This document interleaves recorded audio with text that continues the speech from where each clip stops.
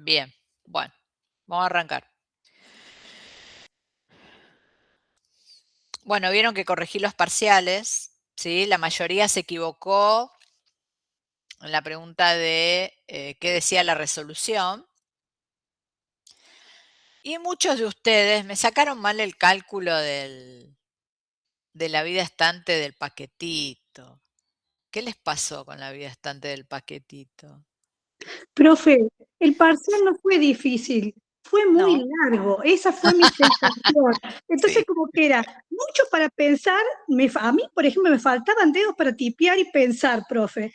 Y Sí, puede ser, que me era di largo, cuenta, eran muchas preguntas, sí. claro, que había respondido esas dos que hice usted mal, pero por no leer, profe, y Sí, no sí, por hacer rápido, exacto, y puede ser. terminar todo. A mí Eh, me pasó eso, sí, profe, sí, sí. sí, les creo, les creo. Débora, Hola, profe, ¿cómo estás? todo bien. Bien.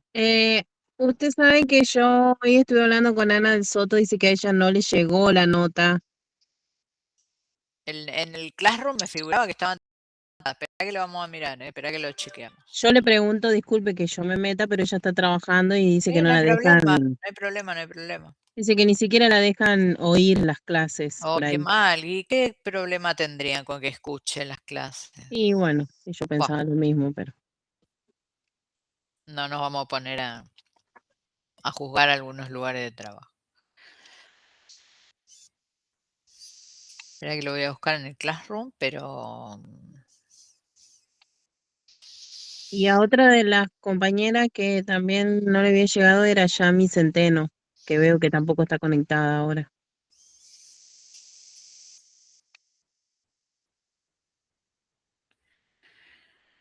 Bueno, a ver. Porque a mí el Classroom me muestra la cantidad de parciales corregidos y estaban todos, pero bueno, por ahí se me pasó, pues lo voy a chequear ahora.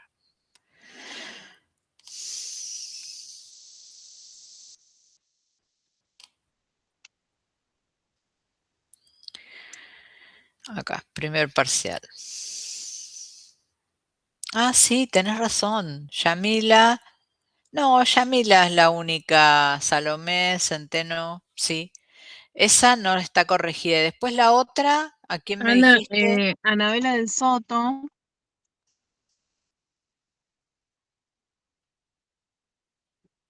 Que ella me mandó hoy una captura de pantalla, pero Sí, aparece tenés como que... razón. Sí, sí, no, Ah, esos listo. dos, sí, sí. Listo, entonces le digo que usted después se Sí, las sí, manda. después la corrijo y la mando.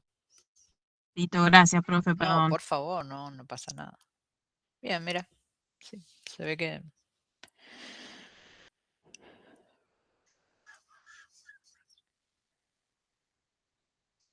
Bueno, ¿tomo asistencia o más tarde, ¿Se conectará alguien más?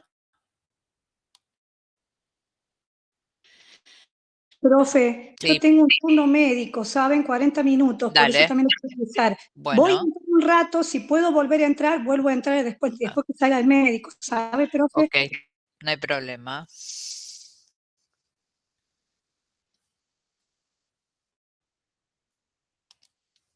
Bueno, antes de empezar con lo que es método de esterilización, vamos a hablar un poquito del instrumental quirúrgico. Bueno, como por las dudas, voy a tomar asistencia, porque ya veo que después me voy a olvidar. Alguno no se conecta.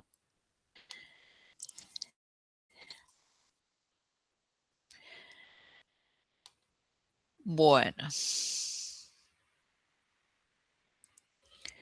A ver, Alcaraz. Presente, profe. Muy bien, Andrade. Profe, presente. Nacho. Bianchini. Presente, profe. Muy bien. Bloch, Nayara.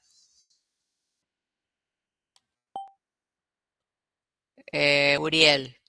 Presente, profe. Castellano. Presente. Centeno.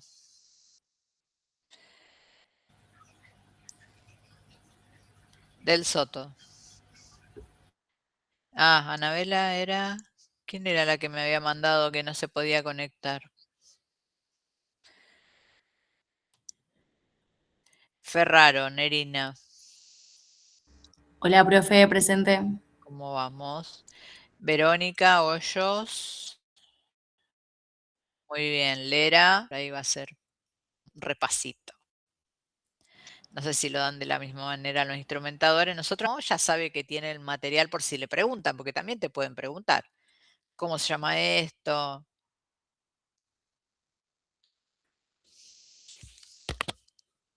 Bueno, ¿qué es el instrumental quirúrgico? Parecen herramientas, pero en realidad se usan ¿para qué? Para procedimientos quirúrgicos, ¿no? Es una herramienta fabricada específicamente para procedimientos quirúrgicos.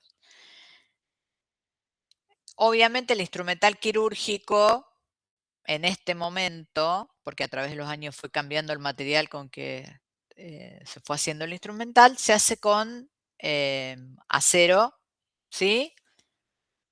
Inoxidable, que tiene determinadas características, eso se los voy a dar ahora en la otra presentación, que obviamente esas características fisicoquímicas de este tipo de acero inoxidable le da propiedades anticorrosivas y de una alta resistencia al desgaste. ¿Por qué necesito yo estas propiedades? Primero porque lo voy a someter al lavado continuo, a la esterilización por vapor continua, o sea que no se tiene que corroer, ¿sí? ¿Alguien levantó la mano? Sí, yo, profe. Voy a tener el auricular puesto, voy a escuchar la clase. Voy a secar el material ahora, así Ok, que no voy a poder dale, hablar. dale, no hay problema.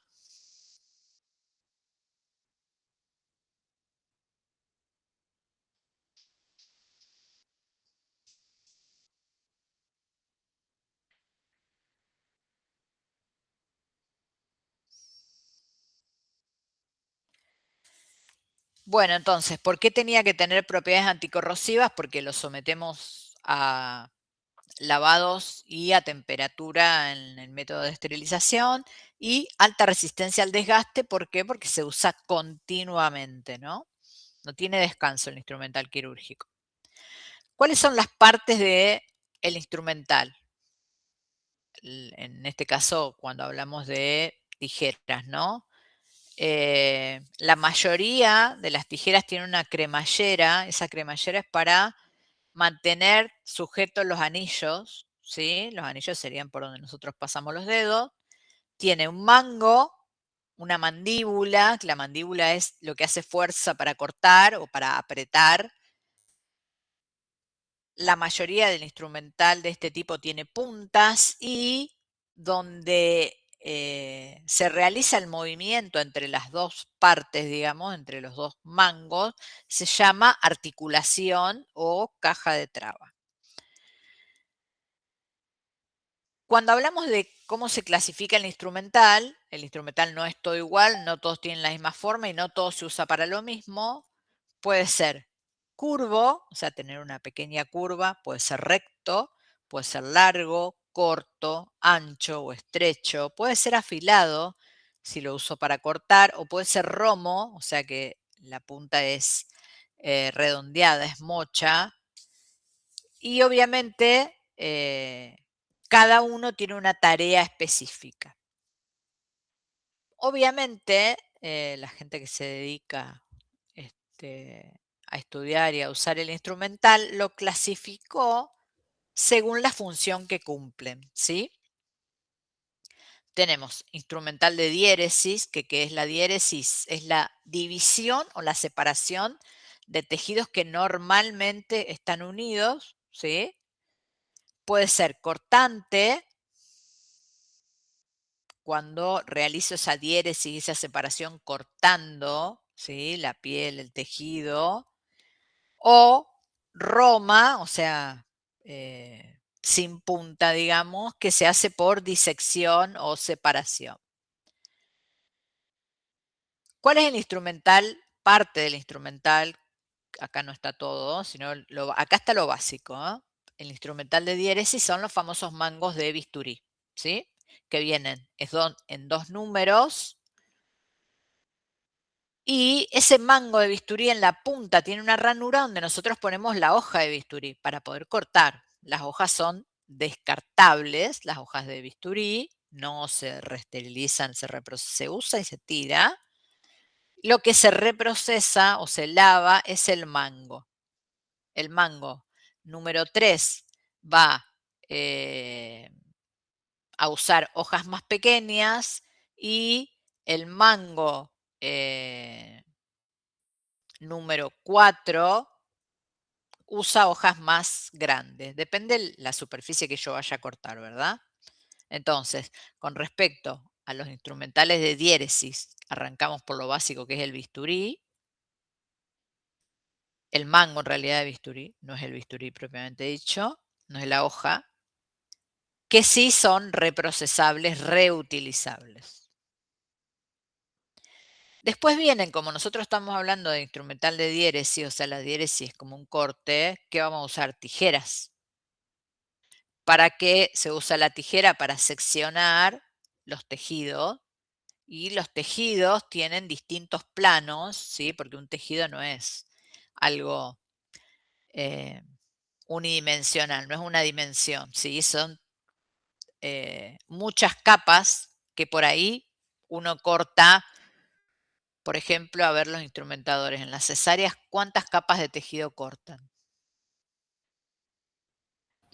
Por lo general, profe, son 7 capas, Claro, bien. contando los peritoneos, porque a veces no lo cuentan, lo toman como uno. Ok, bien. Miren ustedes, 7 capas para poder llegar al bebé. 7 capas es un montón.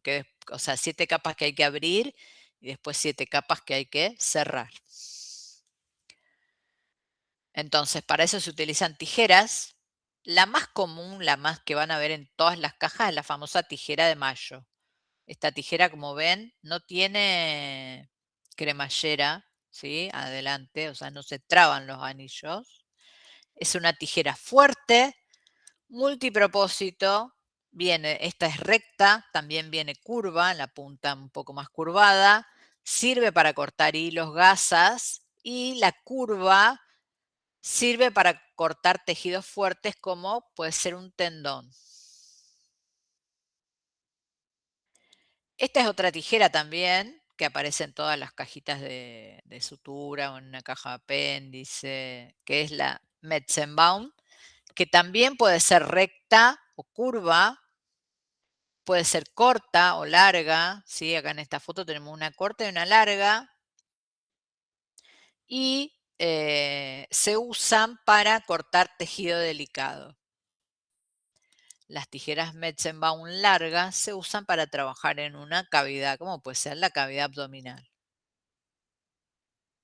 Estas tijeras muy pequeñitas, que muchas veces las compramos para coser, para tener en casa, para descoser pequeñas costuras muy delicadas, se llama tijera de iris, ¿sí? Es para realizar trabajo delicado, tiene puntas muy afiladas, ¿sí? Y le permite al cirujano realizar una disección de alta precisión, por ejemplo, nariz, oído, en oftalmología, en pequeños lugares, ¿no? Cuando tiene que operar una mano, una muñeca. Después tenemos el instrumental de hemostasia. ¿Qué es la hemostasia? O sea, es parar el sangrado, ¿sí? Ocluir vasos sanguíneos mientras se realiza una cirugía.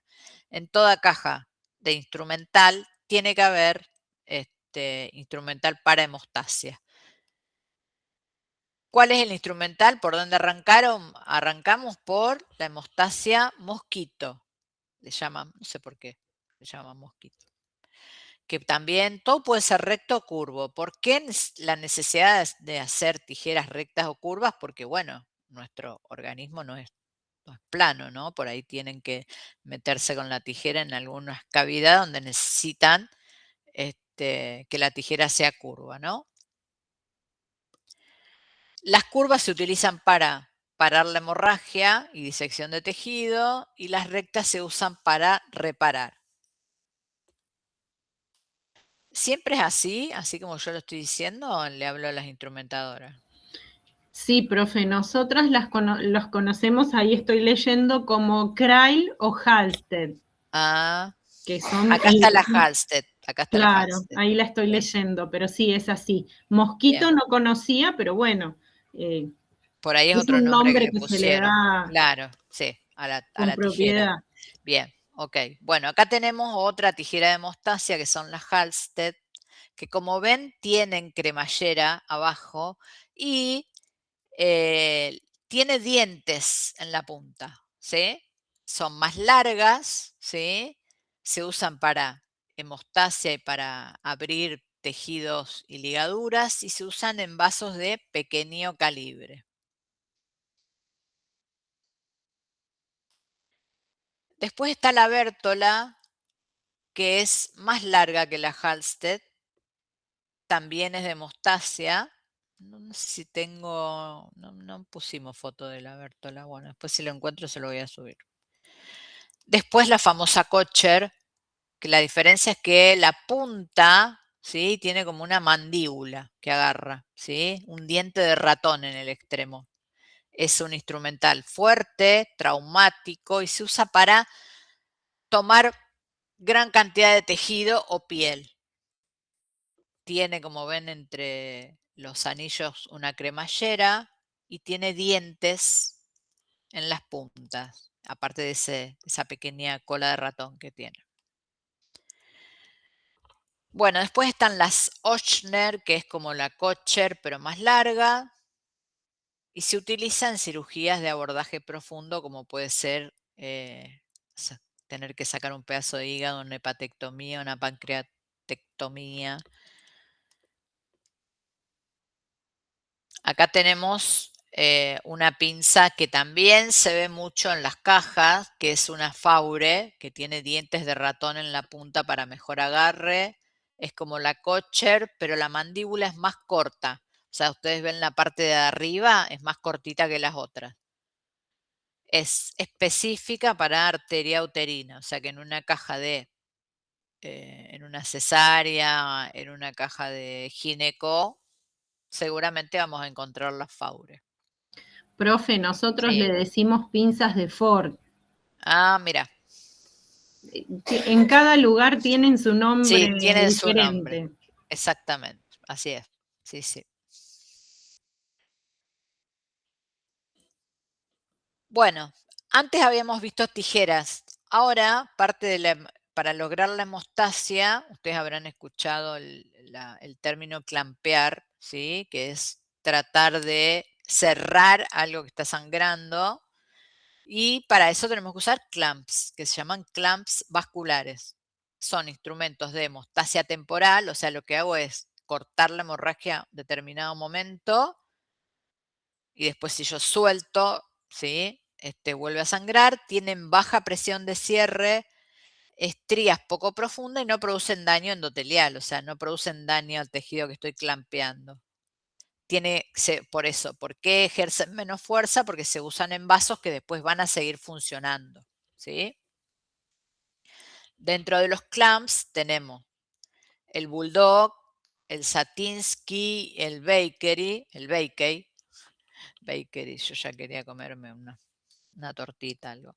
Se usan para distintas cosas, ¿no? Por ejemplo, ese azul, creo, el que se usa para la fístula arteriovenosa, cirugía de cuello y cirugía vascular.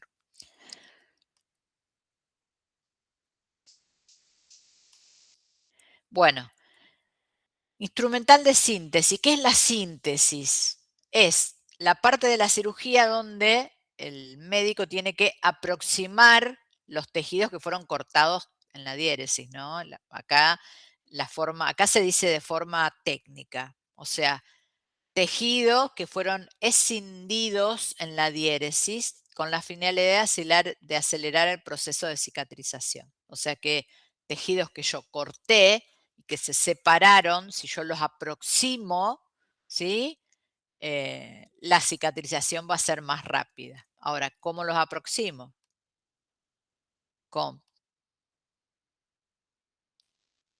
Cosiéndolos, obviamente, pero si ustedes alguna vez vieron una sutura, la sutura es una aguja muy fina con determinados tipos de hilo. ¿Dieron el año pasado sutura?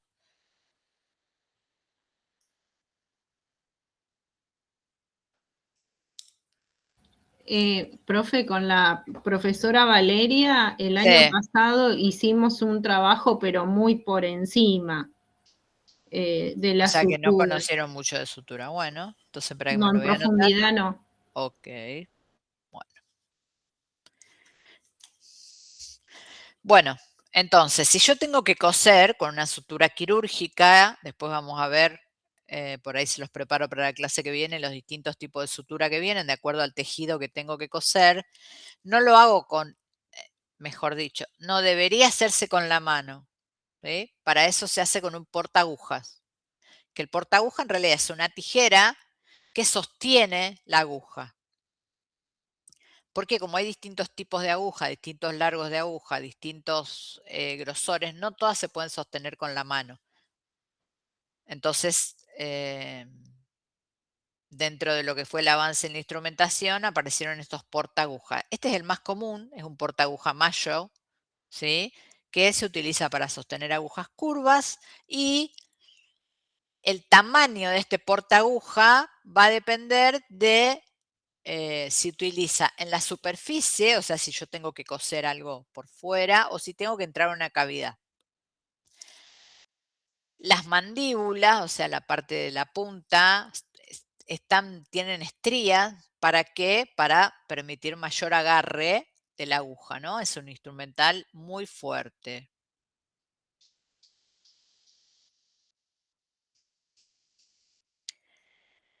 Bueno, luego tenemos el instrumental de separación.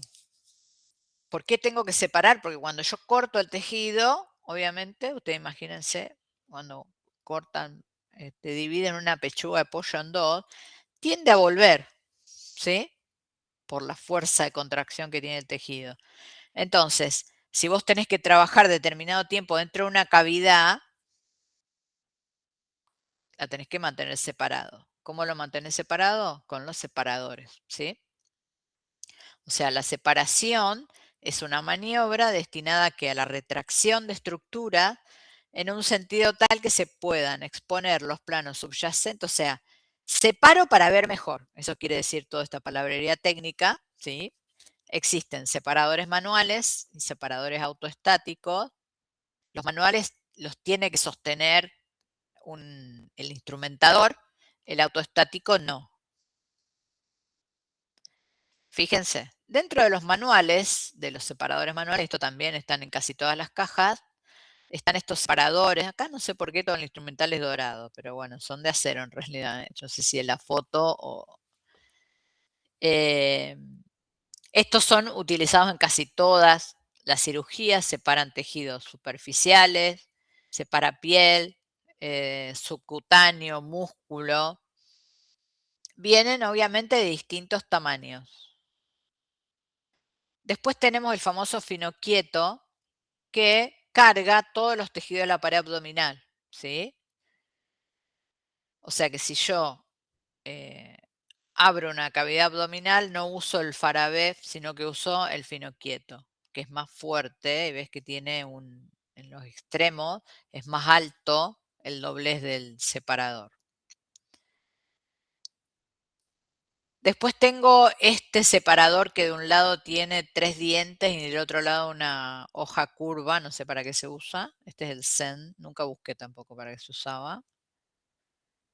Este es el separador de Volkmann, que también tiene dientes y depende de las medidas, la cantidad de dientes que tiene. Y están las famosas valvas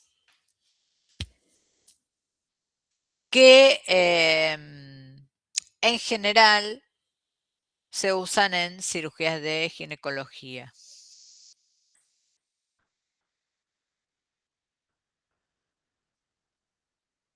Bueno, sí,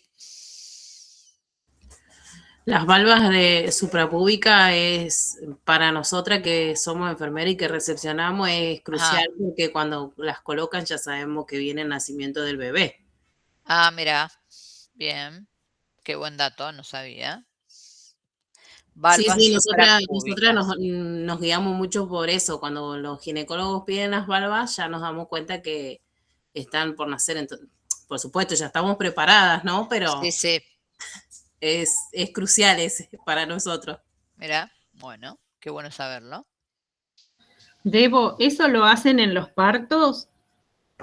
No, Caro, esas las utilizan solo en cesárea. Ah, bien, bien. No, Solo porque cesárea. nosotros como no vemos partos, por Ah, ahí lo hacían en partos. no, esas las utilizan solo en Sí, cesárea. sí. El francés no se utiliza más, ¿no es cierto? O en algunas sí. Nosotros tenemos uno preparado por las dudas, pero está aparte de la caja de parto, está aparte, no está adentro de la... Pero no, acá por lo menos en mi lugar de trabajo no, pero cuando yo estuve haciendo las prácticas en la maternidad allá de San Luis, esterilizamos varias cajas y varios forceps por separado, así que se ve que lo siguen utilizando.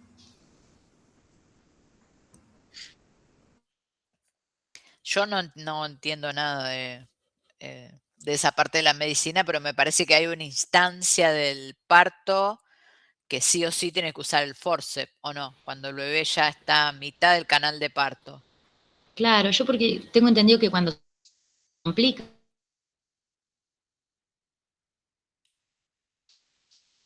antes usaban mucho, no sé hoy en día, pero mal al bebé con eso, con el forceps. Acá en el lugar donde yo trabajo no, pero allá en la maternidad donde está Analía, sí, esterilizan. Y varios hemos esterilizado. Yo tuve 10 días y en 10 días se van a haber esterilizado unos 7. Ah, bastante. Hay un ginecólogo viejo ahí. Claro, eso debe ser también. Cada uno tiene su técnica, obviamente.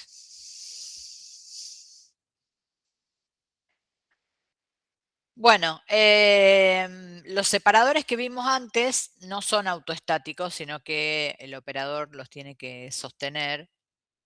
Los autoestáticos, como yo les dije antes, ¿qué le permite al instrumentador tener la mano libre para colaborar con el cirujano? ¿Sí? ¿Cuáles son los autoestáticos que conocemos? El famoso Gosset, que la verdad a mí me parece algo tan espantoso estos separadores. Uno imagina eso y después decía, ¿cómo no me va a doler el postoperatorio después si me tuvieron con eso ahí? Bueno, separa en varias direcciones, tiene 2 fenestras anguladas en sus puntas para cargar el tejido, ¿sí? Y tiene como un regulador para la apertura, ¿sí?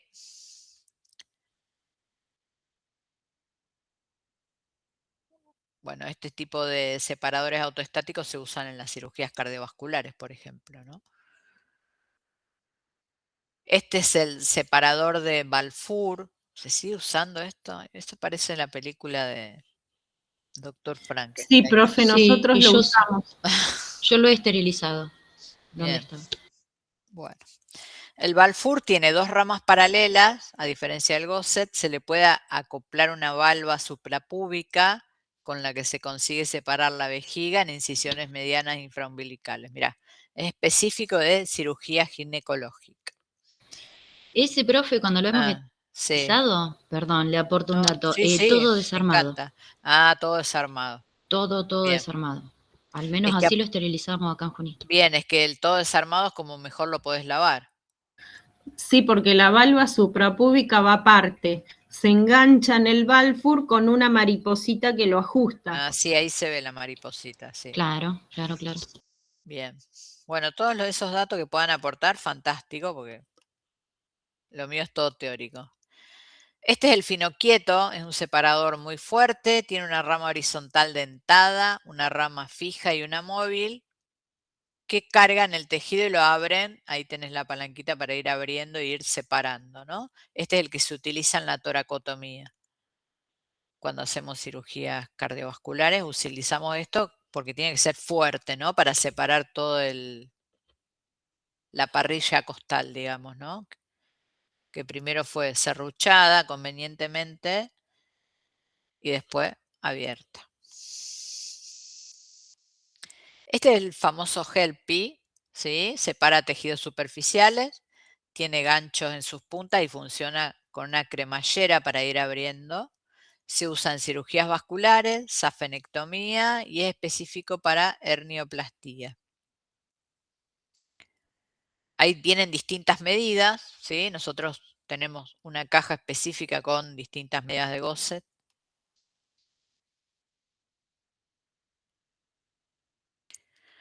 Este es el weight liner, que tiene los famosos ganchos en la punta, ¿sí? Se lo utiliza en cirugía ortopédica, sujeta grasa y músculo para después llegar hasta el hueso, ¿no? Salimos de los separadores que dan tanta impresión de solo pensarlo y llegamos al instrumental de prensión. En este grupo se incluyen aquellos instrumentales que abrazan tejidos entre sus mandíbulas para traccionar, para sostener, ¿sí? Que son pinzas. Se clasifican en dos grandes grupos, de prensión elástica, o también llamados pinza de mano izquierda o pinza de disección, que es como una prolongación de la mano del cirujano. Acá tenemos la pinza Adson, que es la más común, viene con y sin dientes. Tiene tamaño estándar, se usa en la superficie, se puede usar para fístula arteriovenosa, cirugía de cuello. Viene con la punta un diente de ratón.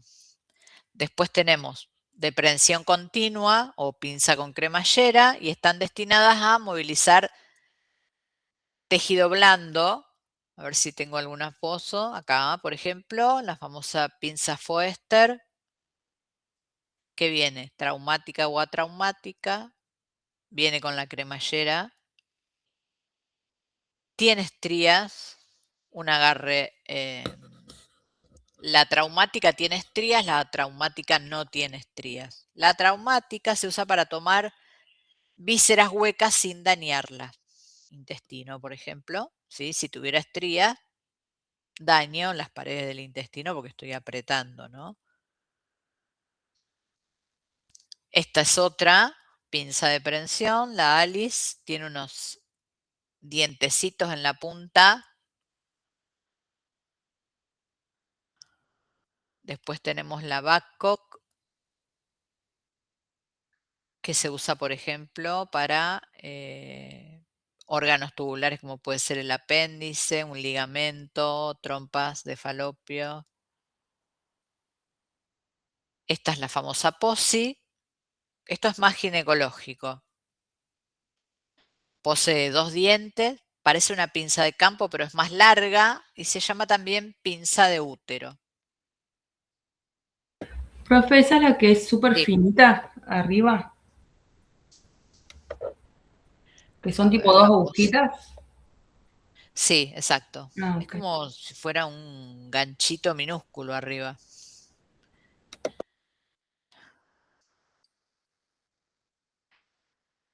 Sí, Esa que decía usted recién se utiliza para agarrar el cuello del útero, por eso tiene dos ah, pincitas. bien, perfecto. Y se levanta hacia arriba para colocar los DIU generalmente. Ah, muy bien. Nosotros la llamamos Erina, Ah, mira, ¿cómo le cambian los sí, nombres? a la pinza anterior, a la de Posi. Ajá.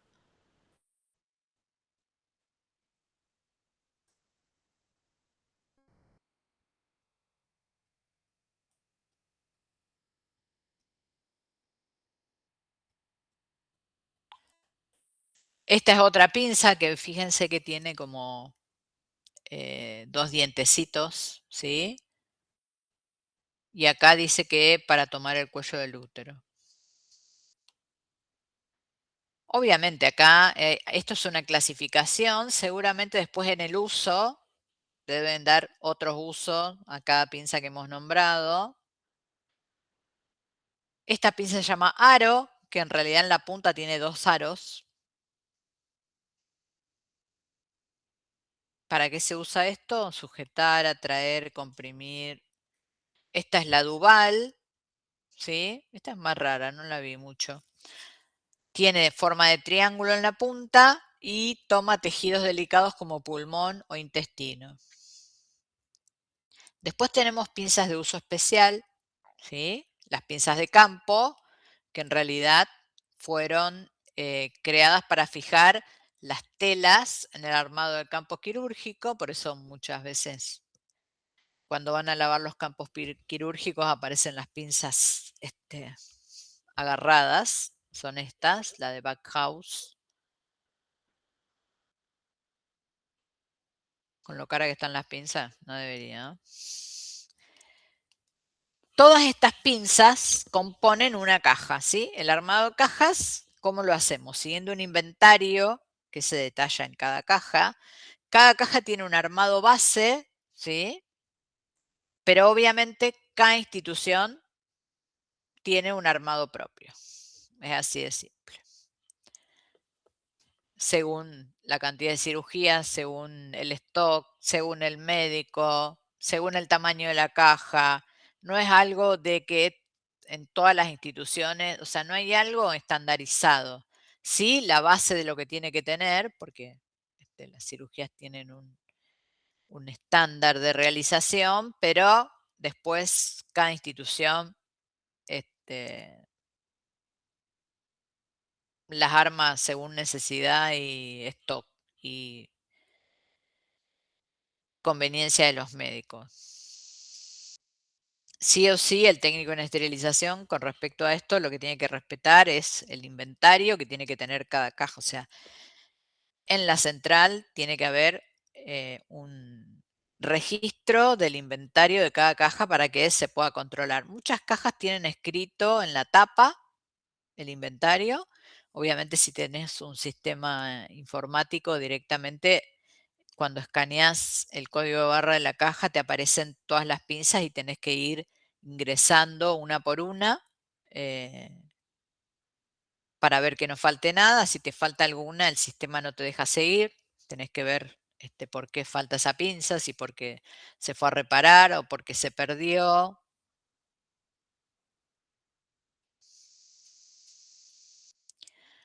Bueno, acá como base, en el armado de cajas, en el fondo ponemos separadores y disección, ¿sí?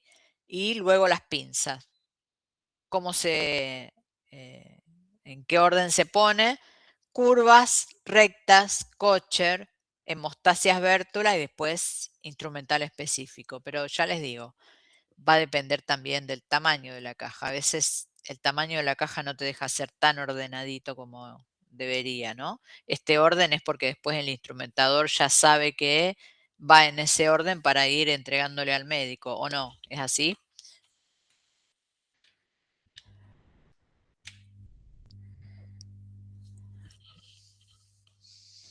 ¿Cómo dijo, profe? Sí, pero iba a preguntar, ¿cómo dijo?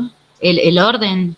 Claro, digamos que el orden es estándar, pero Sí. también depende de cada institución. Y ustedes tienen que saber el orden para después ir poniendo las pinzas sobre la mesa o dejan todas las pinzas dentro de la caja. Profe, el orden del armado de cajas es de acuerdo a la capacidad de la caja y a la Ok. cantidad de pinzas que tiene. Bien. Y cuando se vuelcan las pinzas en la mesa, sí lleva un orden. Ok, bien, perfecto. Pero se sacan de la caja, ¿no, Caro? ¿Cómo? Se sacan de la caja. Sí, sí, se sacan de la caja y se colocan en una mesa donde está el campo estéril, Ajá. que pertenece al equipo de ropa. Y bueno, y se arma de acuerdo a la comodidad de la instrumentadora y a los pasos de la cirugía a llevar, porque vos sabés que primero le tenés que dar el bisturí, después seguís con la tijera para divulsionar, y bueno, y después Claro, cuando entran está en bien, cavidad en las orden, pinzas digamos. específicas, los separadores para poder visualizar los órganos y abrir la cavidad.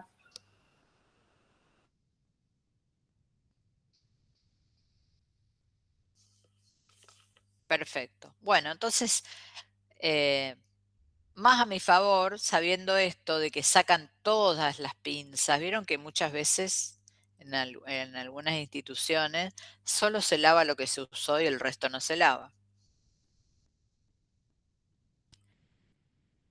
Debe lavarse No, se debe todo. lavar todo. Sí, bueno, Claro. pero no todo el mundo. Si vos preguntás, no lavan todo.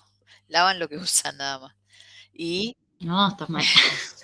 Hasta la caja, Y, profe, se por lava. ejemplo, en mi institución, la caja no la lavan. ¿Cómo me doy cuenta de que no lavan la caja? Porque está el mismo integrador que puse en el ciclo anterior.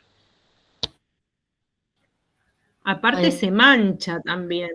Sí, se puede contaminar. O sea, automáticamente cuando la sacaste de la caja y Sí. lo pusiste sobre la mesa, por más que el campo haya estado estéril, el resto, o sea, todo lo que está alrededor del paciente, está contaminado. Pensé que solamente pasaba en la institución donde estaba eso. No, no, olvidad. Profe, nosotros a la hora de instrumentar tenemos una mesa que le llamamos mesa accesoria, donde abrimos la caja de instrumental y tenemos acceso a la caja de manera estéril. Y es parte del campo quirúrgico, del equipo quirúrgico. Porque en otros lugares yo tengo compañeras conocidas que ellos sobre la mesada del quirófano abren las cajas. Y a algunos cirujanos por ahí les molesta que uno salga de la mesa. Entonces, tampoco es lo aconsejable, porque es como que uno pierde la esterilidad dentro del sitio quirúrgico, más allá que esté en el quirófano, ¿no? Sí. Pero bueno, vos, la mesa donde vos desplegás todo el instrumental está pegado al paciente, ¿o no? Sí, sí. Entonces, las posibilidades de que, si es una cirugía muy sucia o una cirugía de una cadera, no sé, una fractura de fémur, tibia, peroné, puede haber salpicado, o sea, podés salpicar el instrumental con materia orgánica o inorgánica, entonces lo tenés que lavar. Sí, una cirugía contaminada, profe, Claro. hay que lavar todo. Y ciertos materiales, dispositivos médicos a veces se descartan, porque de acuerdo a cómo es la cirugía no se pueden volver a reesterilizar. Sí, está bien. Bueno, eso no pasa en todos lados, te digo, Gra, ¿eh?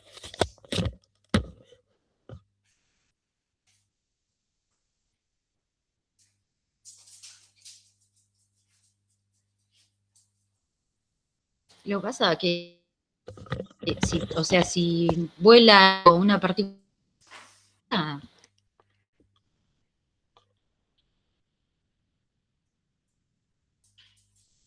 Hola, hola.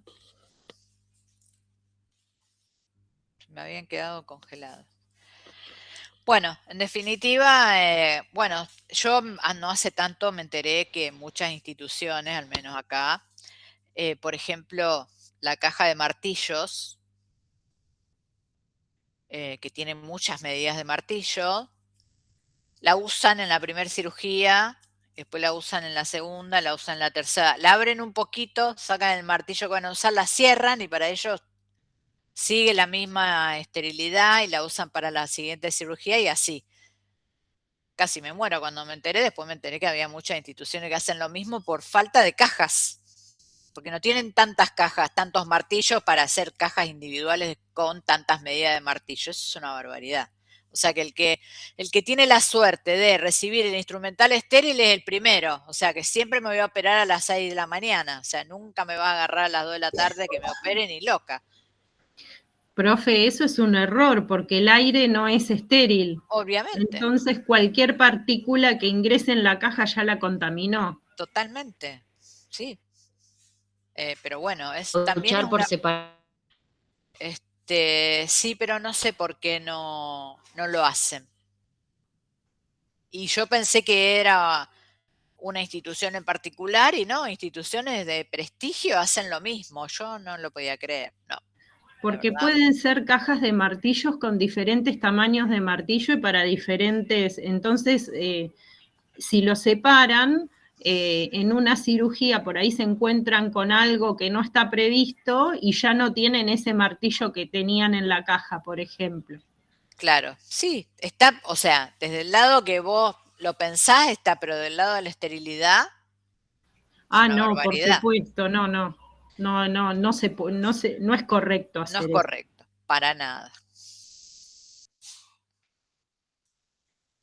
Bueno, entonces vimos un pequeño pantallazo de los tipos de instrumental, ¿no? Después cuando veamos instrumentales específicos, por ahí repasamos esto, pero lo que vamos a ver ahora es... No era esto, acá.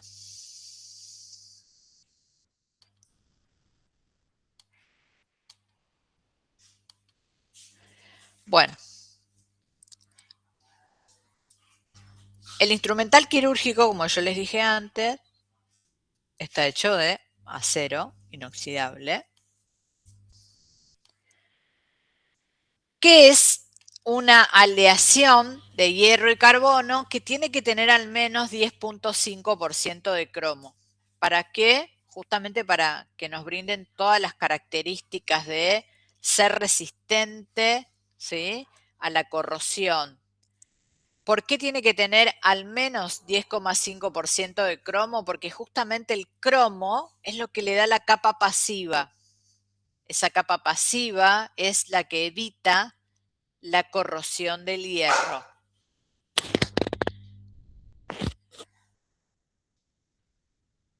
También algunos tienen porcentajes de molibdeno, de titanio, de aluminio, para mejorar características como la resistencia térmica, la maleabilidad en el momento de la fabricación, la dureza.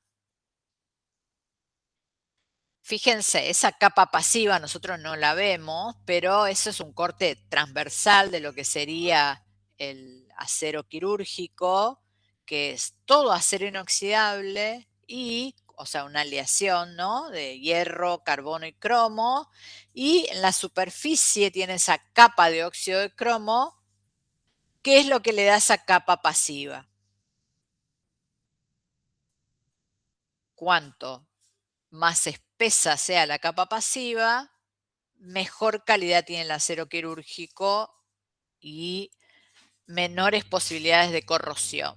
Por eso, no todas las calidades del acero quirúrgico son iguales. No es igual el nacional que el alemán, que el pakistaní.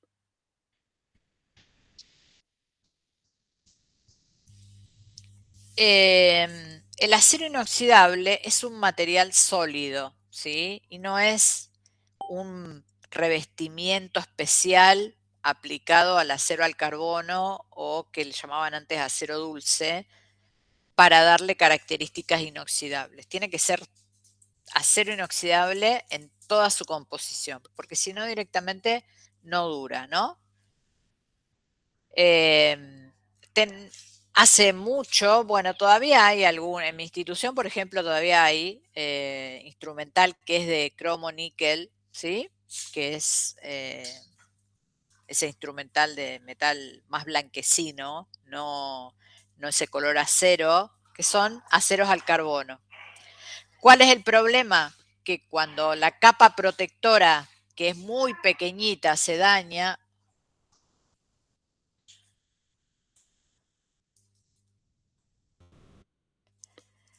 se pierde el efecto protector y se empieza a picar y a oxidar. Por eso el instrumental, que no es de acero quirúrgico, lo esterilizamos en calor seco y no en vapor. Esperen que voy a sacar los animalitos, porque si no...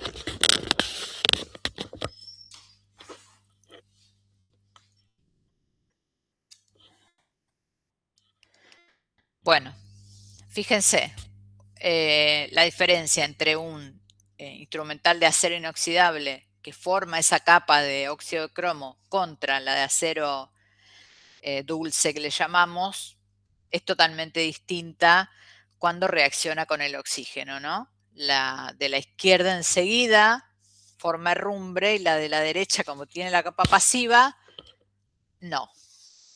Por eso es que hay que cuidar tanto la capa pasiva en el lavado, ¿no?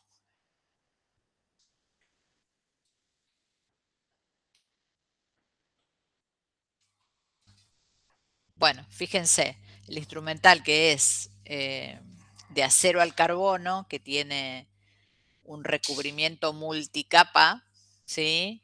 Es totalmente distinto al que es todo acero inoxidable con la capa de hidróxido de hierro y de cromo. Bueno, espérenme que... Bueno.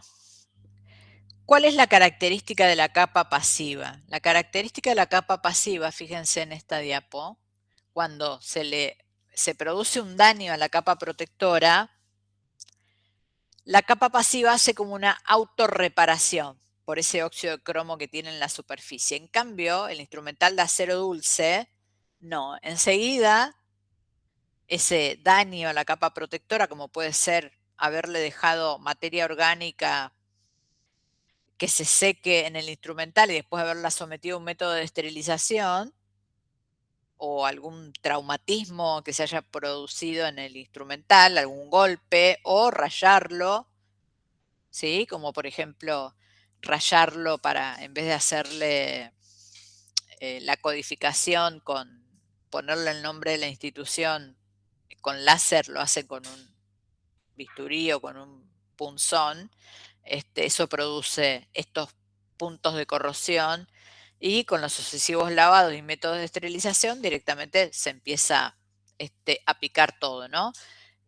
Cuanto mejor o más gruesa es la capa pasiva y mejor la calidad del acero inoxidable, más rápido es esta autorreparación.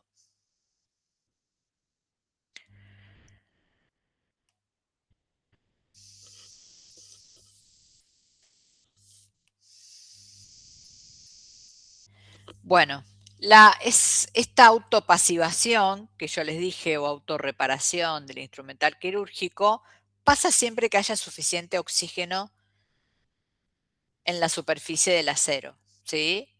Por lo que un instrumental de buena calidad y bien tratado va a permanecer brillante durante años, ¿sí? Una vez que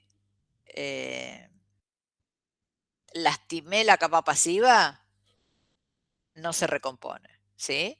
Y esa capa, en vez de ser pasiva, se convierte en activa, o sea, queda expuesto el acero y se produce la corrosión con los sucesivos lavados y someterlo al método de esterilización.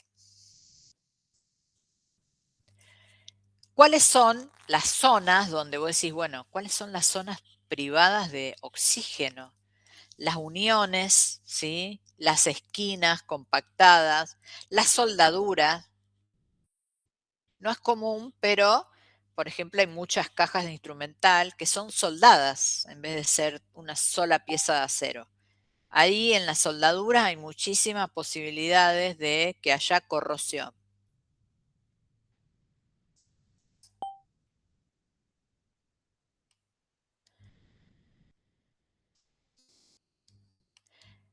Si tenemos suerte, podemos tener este instrumental quirúrgico no de acero, sino de titanio, que tienen elevada resistencia a la corrosión y a la temperatura, bajo peso, ¿sí? Generalmente es todo instrumental delicado de microcirugía. Todo lo que nosotros hemos visto, yo he visto material de titanio en todo lo que es neurocirugía, ¿sí? Es sumamente liviano, pero hay que manipularlo con mucho cuidado, sobre todo en el lavado, en el secado, y todo el material delicado. Después cuando veamos neurocirugía vamos a ver todo este material delicado. En general hay que tenerlo en cajas separadas, no ponerlo con el resto del instrumental. A los médicos no les gusta mucho que los esterilicemos en vapor, generalmente prefieren la baja temperatura para cuidarlo. Después también hay instrumental de wolfranio o tuxteno, nunca vi. Tiene alta resistencia, ¿sí? Se usa en instrumental de corte o prensión. El titanio también se usa en las placas que colocan como reemplazo, por ejemplo, de una parte del cráneo, placas de titanio, o por ejemplo hay muchas prótesis de cadera o cabeza de fémur que el recubrimiento es de titanio.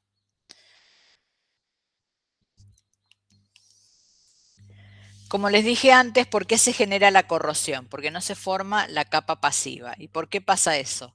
Puede pasar por insuficiente cromo en la aleación, porque es de baja calidad, falta de pasivación química, limpieza inadecuada, ¿sí?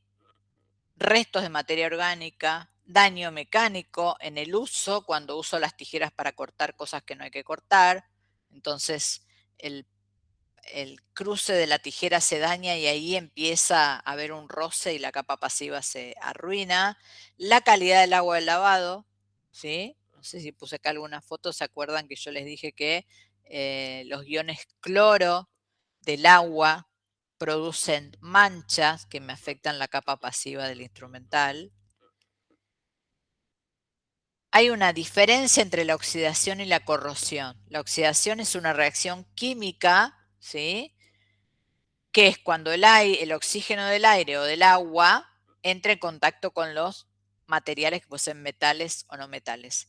En cambio, la corrosión es el deterioro del material que solo se genera en los metales, o sea, no hay corrosión en materiales que no sean metálicos, ¿sí?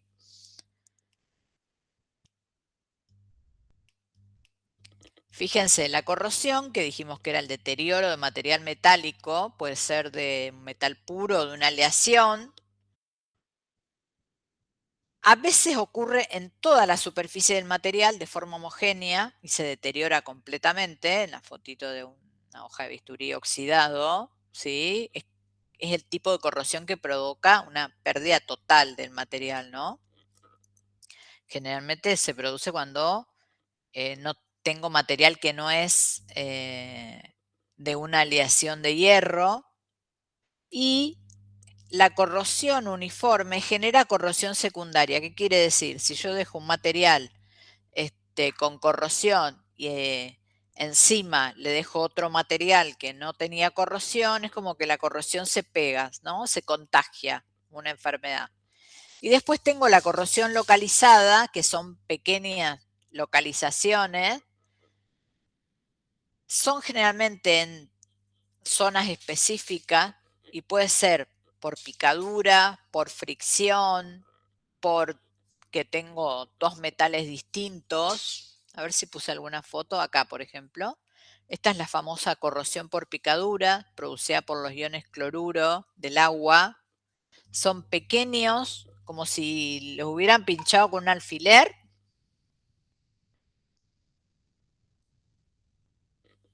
Y es porque esos iones cloruro penetran en la capa pasiva y cada vez son de mayor profundidad y más cantidad. También a veces depende de la temperatura, de la acidez o la alcalinidad del agua donde yo lo lave.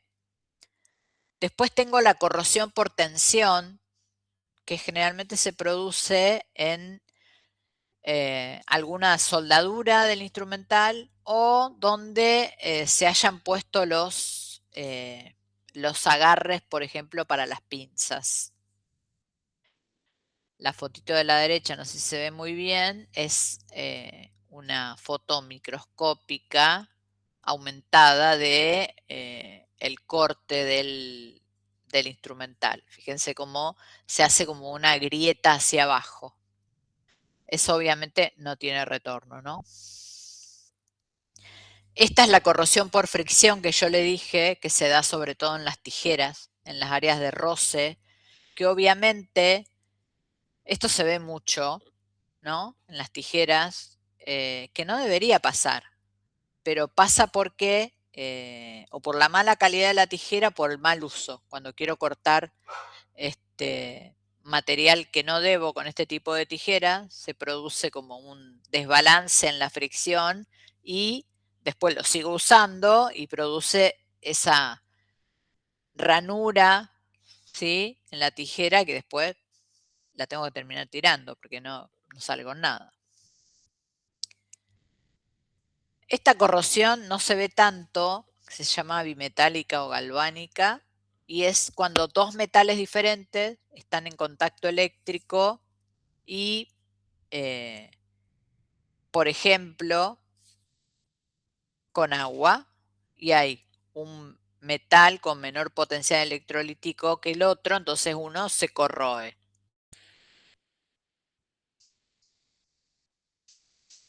Esta es la famosa corrosión intergranular, que uno a simple vista no la ve, pero lo que produce esto es la rotura del instrumental.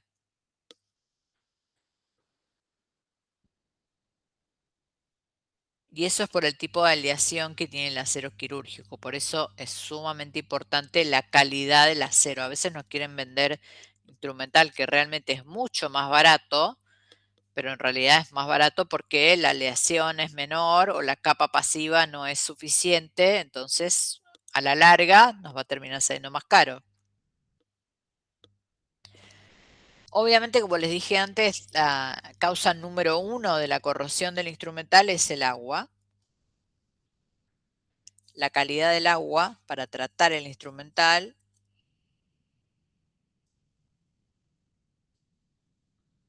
es fundamental, por eso en muchos países el agua se trata incluso para el lavado, ¿sí?, no para la esterilización o para el enjuague, sino arrancan con el lavado. Fíjense, si el agua tiene muchos silicatos, causan que el instrumental se pone opaco y manchas como azuladas. Esto es solo una alteración cosmética, digamos, ¿no? No me altera la capa pasiva del instrumental. En cambio, los cloruros, sí, porque el cloruro reacciona con el cromo de la capa pasiva y dan una corrosión selectiva o por picadura, como se llama, porque si ves la foto parecen todas picaduras. Eso me trae problemas funcionales, riesgos de ruptura, porque el punto puede seguir en profundidad, y riesgo de corrosión secundaria. Obviamente, la calidad del agua, yo tengo una dureza temporal, ¿sí?, que son el calcio y el magnesio que no es soluble en agua y que puede precipitar sobre el instrumental formando incrustaciones. Y también, cuando se evapora el agua en el método de esterilización, puedo tener sólidos totales disueltos que también se ven en el instrumental.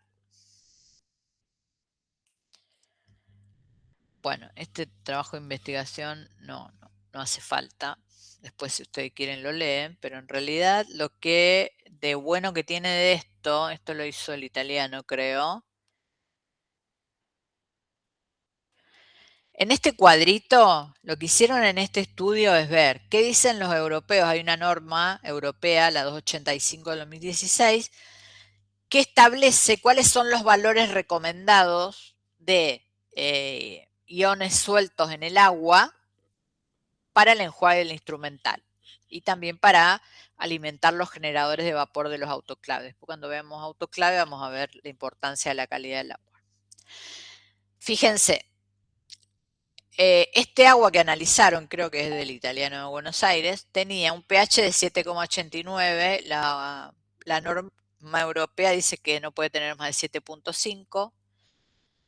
La dureza total ¿sí? Tiene que ser menor a 0.02 y acá les dio menor a 0.01, estaban bien. Cloruros, el agua tenía 44 miligramos por litro, ¿sí? Y la norma europea te dice que no puede tener más de 2 miligramos por litro. De sílice, la norma te dice 1 miligramo y acá el agua tenía 20 miligramos. No, según los europeos no tiene que tener ni calcio ni magnesio y acá tenía un poco menor a 1, pero tenía. Y lo que hicieron fue utilizar agua pasada por un filtro, utilizaron 4 sets de instrumental nuevo de 2 marcas distintas y cada set fue sometido a un proceso diferente de limpieza. Les quiero mostrar qué pasó. Fíjense.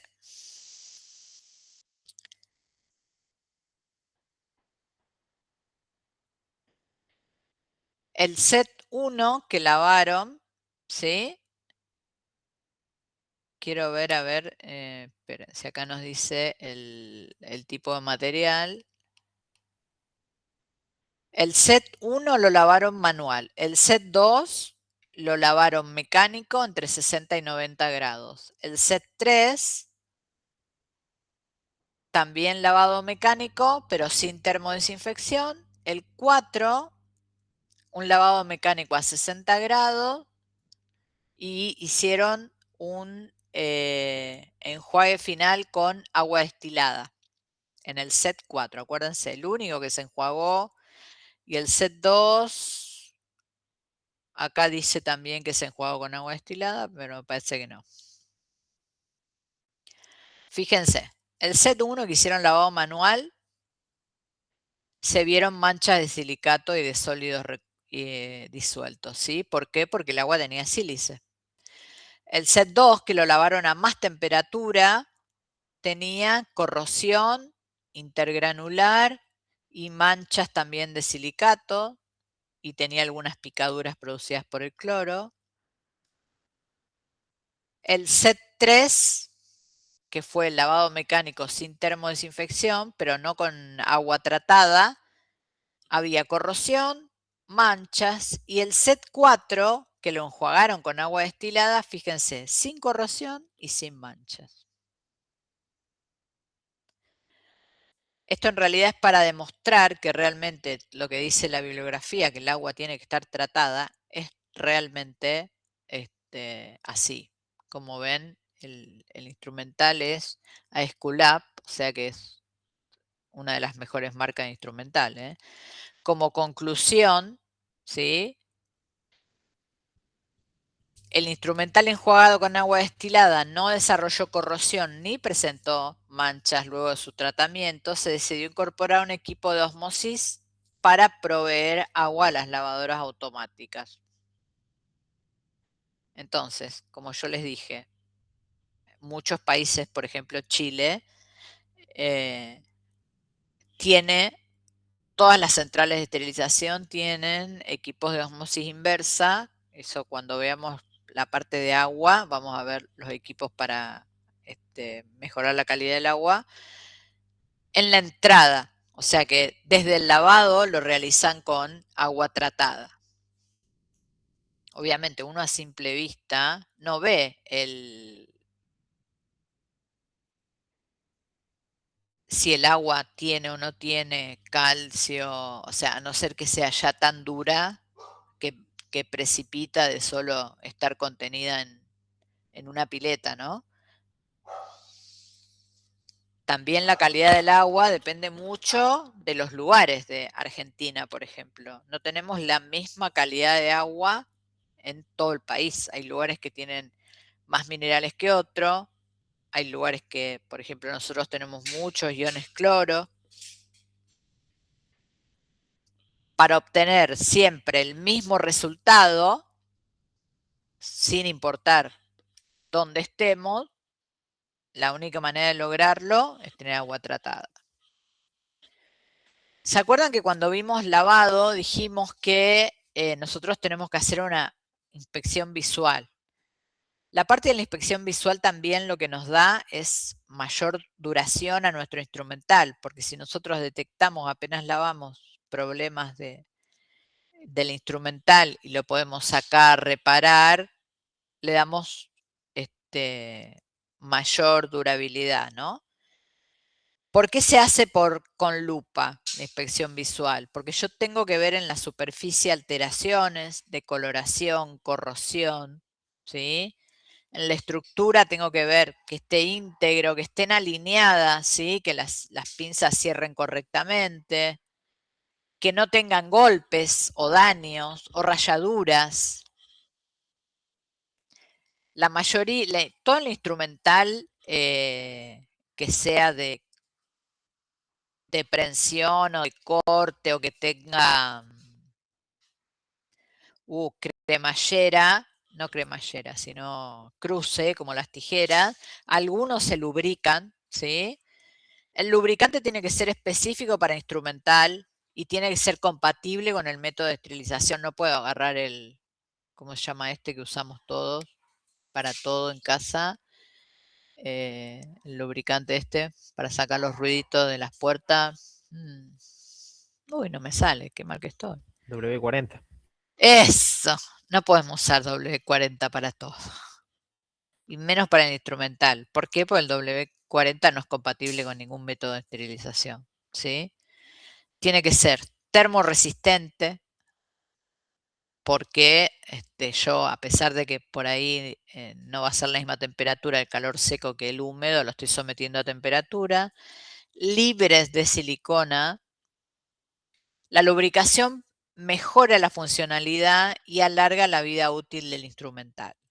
¿Puedo lubricar todo? No, solo voy a lubricar lo que el fabricante me dice que necesita lubricación. ¿Y con qué? Con un lubricante que tenga las características químicas que me dice el fabricante en su ficha técnica, ¿sí?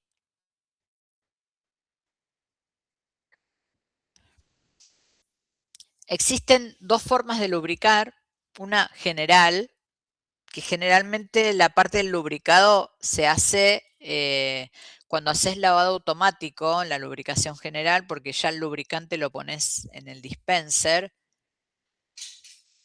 Y lo que hace esto es realizar una lubricación completa del instrumento. No lubrica una parte específica, obviamente me insume poco tiempo, porque lubrica todo sin fijarse qué y toda la caja completa, ¿no? Pero yo a veces necesito una lubricación puntual que se realiza en partes específicas del instrumento. Es más profunda y duradera porque aplico una cantidad específica a una parte. Obviamente me insume más tiempo porque tengo que hacer instrumental por instrumental. Ahí va.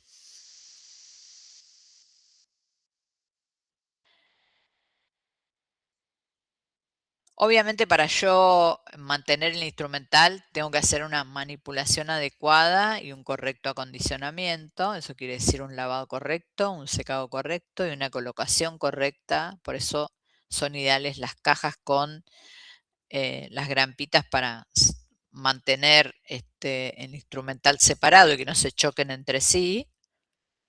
Utilizar correctamente el instrumental, esto es bastante difícil porque los médicos por ahí no tienen algo y lo utilizan porque el sobreesfuerzo del material hace que empiece a presentar un montón de defectos y se termina rompiendo. Nunca lavar o esterilizar el instrumental con la cremallera totalmente cerrada, la cremallera tiene que estar abierta. Siempre tengo que proteger las puntas o los bordes con filo, ¿sí? No mezclar el instrumental en mal estado. Muchas veces en las cajas hay instrumental nuevo, instrumental más o menos, instrumental que ya está para cambio. Eso, el instrumental que está para cambiar o que ya tiene picaduras, me arruina los instrumentales nuevos.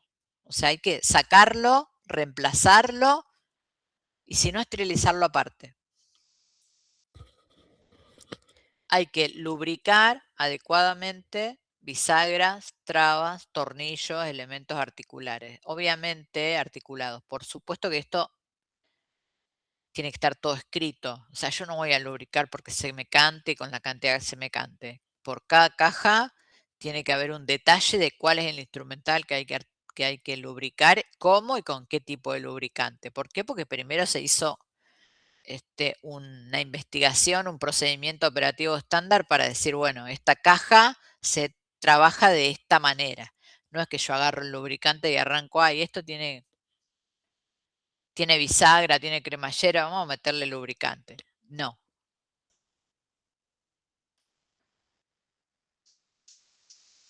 Bueno, este es más o menos cómo se reprocesa el instrumental, ¿no?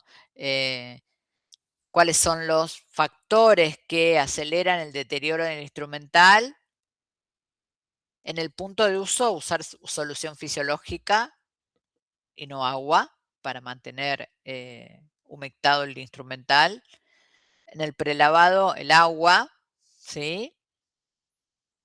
En el lavado también el agua y la temperatura, porque por ahí hay instrumental delicado que no aguanta tanta temperatura, por eso por ahí con el instrumental delicado tengo que usar lavado manual y siempre controlar la temperatura. Y obviamente después en los métodos de esterilización, para el instrumental, el método de elección es el autoclave vapor. Vamos a ver cuáles son los motivos por los cuales se deteriora el instrumental cuando veamos el método en sí, ¿verdad? Bueno, esto fue más o menos un pantallazo de lo que es el instrumental quirúrgico, cómo está compuesto, cuáles son los cuidados que debo tener. Después nosotros lo que vamos a ver es individualizado por tipos de cirugías, o sea, vamos a ver qué instrumental se usa para el cardiovascular, qué se usa para la neuro, qué se usa para la laparoscopía, artroscopía y todo lo demás. Pero ahora era como un vistazo así en general antes de empezar con la semana que viene los métodos de esterilización.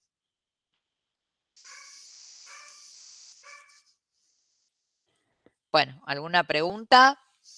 Yo de estos ahora les subo todo el material y les voy a subir un cuestionario para que les quede todo más cerradito para después el parcial. Buenísimo, profe. Gracias. Para los que o no escucharon, se conectaron tarde, 30 de junio era, ¿no? Es el segundo parcial oral.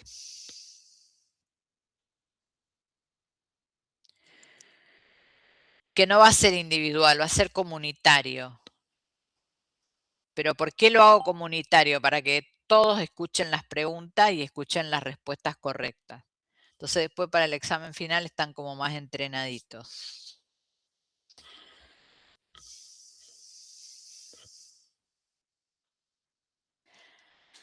Después la semana que viene, que espero que no tener que reemplazar a nadie, ya coordinamos para recuperar la clase del martes pasado.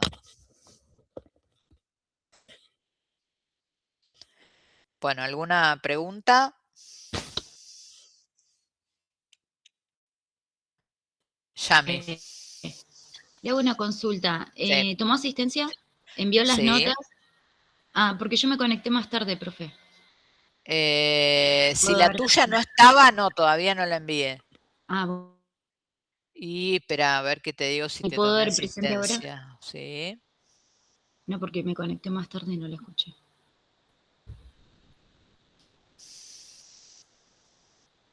Me conecté cuando estaba hablando del instrumental. Ay, listo, ahí está. Ahí te puse bueno, presente. ¿Y entonces mañana no recuperamos la clase? No. Mañana no, porque tengo que trabajar, no. Ok. Por ahí la semana, les aviso la semana que viene, si recuperamos. Vayan haciendo el cuestionario que les voy a dejar ahora. Bueno, profe. Bueno, chiquis, nos vemos entonces el martes que viene. Chao, profe, gracias. Profe, sí. Profe, una pregunta. ¿El cuestionario es para entregar o lo hablamos en la próxima? Lo hablamos en clase, sí. Bien, bárbaro. Nos vemos, profe. Un besito. Nos vemos, que anden bien. No, profe, cuídense. Nos vemos. Chao. Adiós. Chao, profe. Que tenga una buena semana.